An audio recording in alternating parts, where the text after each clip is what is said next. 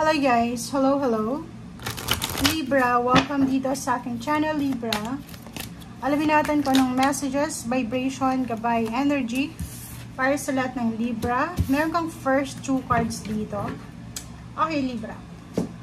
First card is let go of guilt, words of abundance.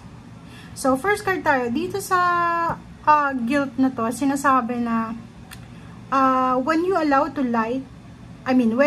your light to shine brightly, you inspire others. Forgive yourself for what you think you've done or not done, and trust that God loves you unconditionally for who you are. Learn and grow from past mistakes instead of berating yourself for them. So, dito sa first card na to, sinasabi na kung hahayaan mo daw na ipakita sa mundo kung ano talaga yung kakayanan mo, maging confident ka sa kung ano yung kaya mong may share sa universe, hahangaan ka ng ibang tao. Okay?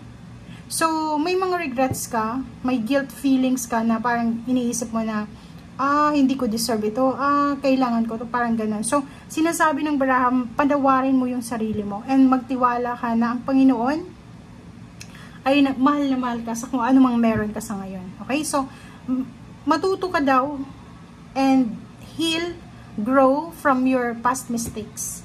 Okay? Instead na maliitin mo yung sarili mo dahil sa mga mistakes mo na yun. Okay? Okay, thank you, Spirit. Words of abundance. You have the ability to instantly manifest abundance by choosing powerfully positive words. So, dito sinasabi, be positive. Sa lahat ng mga tawag dito, Libra na nanonood sa ngayon, ano man yung situation nyo sa ngayon, positive or negative, manatiling positibo kayo. Huwag kayong magsasalita ng negative. Kasi alam mo ba yung universe, kung mapapansin nyo ngayon, lahat ng sinasabi ng tao, lahat ng minamanifest, lahat ng ina-affirm nila, nangyayari. Pag nag-affirm ka ng good health yung ibibigay sa'yo.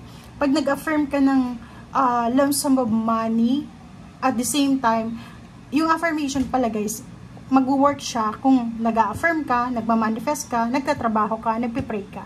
Pero kung affirmation lang, manifestation, walang trabaho, tapos nag-affirm tayo na gusto kong maging mayaman, gusto kong manalo sa loto, ganyan, ganito. Gusto nating manalo sa loto, kakataya lang natin ng one time lang. Normally, yung mga taong nananalo sa loto is yung talaga silang minamanifest talaga nila, tinatrabaho talaga nila from the beginning. Hindi yung ano lang hindi yung ganito. May mga tao kasing like napanood nila sa TV na mataas yung mapapanalunan sa loto, tataya sila. Okay, and then pag hindi sila nanalo, magagalit sila. Hindi nila alam na yung nananalo doon, ang tagal na nun nagmamanifest, ang tagal na nun nagpe-pray, marami na din perang nawala sa kanila sa pagtaya nila sa loto. So, parang ganun. So, be positive. Positive yung sasabihin mo, iisipin mo, plano mo sa buhay, puro lang positive. Pag negative na, i-erase mo na yon. Okay? And if in case na nakakaisip ka ng negative, isipin mo na, tanungin mo yung sarili mo, ano bang may bibigay nito sa akin? Diba? So, maging wise tayo sa ngayon. Kasi tayo lang yung masasaktan niya. Pag masyado tayong negative, masyado tayong madamdamin, sensitive, pwede tayong mawala ng kaibigan, karelasyon, pwedeng maging alone tayo, maging lonely, parang ganun. So, kailangan mong maging wise, maging matalino ka sa mga gagawin mo. Okay? Okay, King of Coins and Six of Cups. May pera siguro na inutang sa'yo, niloko ka, in-scam ka, or kung kailan man ito, or kung saan man ito, pero past siya. So, pwedeng before may nangutang sa'yo, pinautang mo, may nag-ask ng help for financial, binigyan mo. So, ibabalik sa'yo ng universe in the different ways. So, parang sinasabi sa'yo dito, eto guys, same din dito. Kung ano yung manifest natin, yun yung mangyayari sa atin. Kung ano yung wini-wish natin, yun yung mangyayari sa atin. Okay?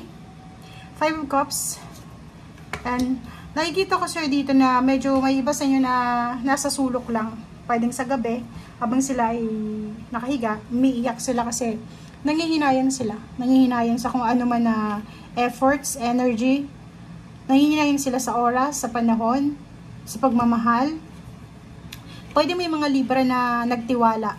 Pwedeng nagtiwala sila, niloko, pinangakuan, and ending, nandito sila sa Ten of Wands, na parang pasan-pasan niya yung mundo, pasan-pasan niya yung problema niya. Okay? So, dito Libra, kung makikita mo, sobrang ganda kasi yung recognition, rewards, awards, victory, success na posibleng magdadala sa'yo, lalo sa trabaho to. If may Libra na nagmamanifest ng promotion sa trabaho, pwedeng ma-promote ka, makatanggap ka ng awards o recognition, or yun, papuri, appreciation, perfect attendance, perfect, kung ano man na perfect sa'yo. Ang kaso lang dito, maraming may ingat sa'yo. So, ingat-ingat ka. Pero hindi mo naman yun kasalanan, diba? Pero expect mo na lang. Ganun talaga, diba? Pag pinagpapala ka, maraming maiinis, maraming maiinggit, maraming magiging kalaban mo. Sa trabaho nakikita ko sir dito na sobrang sipag mo. Ginagawa mo yung best mo. And yung Palace of Coins dito, Palace of Swords by the way, sinasabi na mag-iingat ka sa mga kwento or anything na pwedeng marinig mo. Okay? Kasi minsan yung mga nagkikwento, exaggerated siya.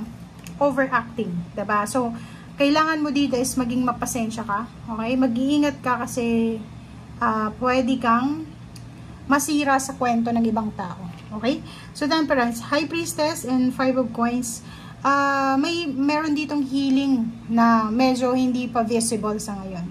So, ibig sabihin yan, may mga emotional healing, financial healing, physical health healing na darating sa'yo. And sa ngayon, ang kailangan mo lang i-relax ang sarili mo, okay?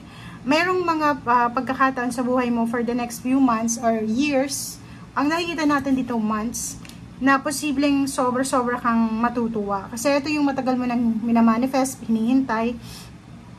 Ito yung wish fulfillment. Ito yung parang natupad yung pangarap mo. It's either makapagpatayo ng bahay, makalipat sa bagong bahay, mabayaran yung bahay, magbubukas yung gateway of financial success, financial gains, or emotional prosperity and abundance, or anything na magdadala sa'yo ng sobra-sobrang happiness. Okay? So nakikita ko sa'yo dito, Libra, na on the way ka na doon sa the sun, on the way ka na sa freedom, on the way ka na doon sa new beginning, sa success, or sa kung saan pa man to na lugar, kung saan man to na sitwasyon sa buhay mo na gusto mong pasukin. Okay? So, good luck sa'yo. Kasi nandito yung Six of Wands, nandito yung the Sun, nandito yung Queen of Wands, the Star, and then Four of Wands. Ibig sabihin, emotionally, financially, makukuha mo yung happiness, prosperity, and abundance. Okay? Thank you guys. Bye!